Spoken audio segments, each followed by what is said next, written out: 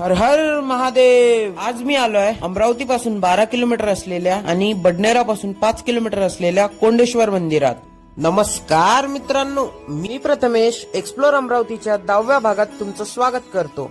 या मंदिराकडे जाण्यासाठी सगळ्यात पहिले नॅशनल हायवे वरून कोंडेश्वर फाटाकडे वळायचं. ते श्री क्षेत्र कोंडेश्वरचं बोर्ड दिसलं की सरळ मंदिराकडे जायचं. मंदिरात आल्या आल्या सुरुवातीलाच गणपती बाप्पाचे दर्शन होते. शिवालयाकडे जाताना आपल्याला विशाल असं त्रिशूल आणि नंदी महाराज पाहायला भेटते. हे शिवलिंग अतिपुरातन असून 5000 वर्षापूर्वी विदर्भाच्या राजाने कौंडिय ऋषीकडून शिवलिंगाची स्थापना करून घेतली होती. शिवलिंगाजवळच पार्वती माताची पण खूप सुंदर मूर्ती आहे. मंदिराच्या गाभाऱ्यात आपल्याला 12 ज्योतिर्लिंगाचे दर्शन होते. या मंदिरातलं शिवलिंग काळ्या पाषाणापासून बनलेलं आहे. या मंदिराचं निर्माण 13व्या शतकात हेमाडपंथी पद्धतीनं केलेलं आहे. तर आपल्याला मंदिराचा इतिहास पण वाचायला भेटते. मंदिराच्या परिसरातच टेकडीवर मस्त तलाव पाहायला भेटते. तुम्हाला माहित होतं का या प्राचीन मंदिराचा इतिहास?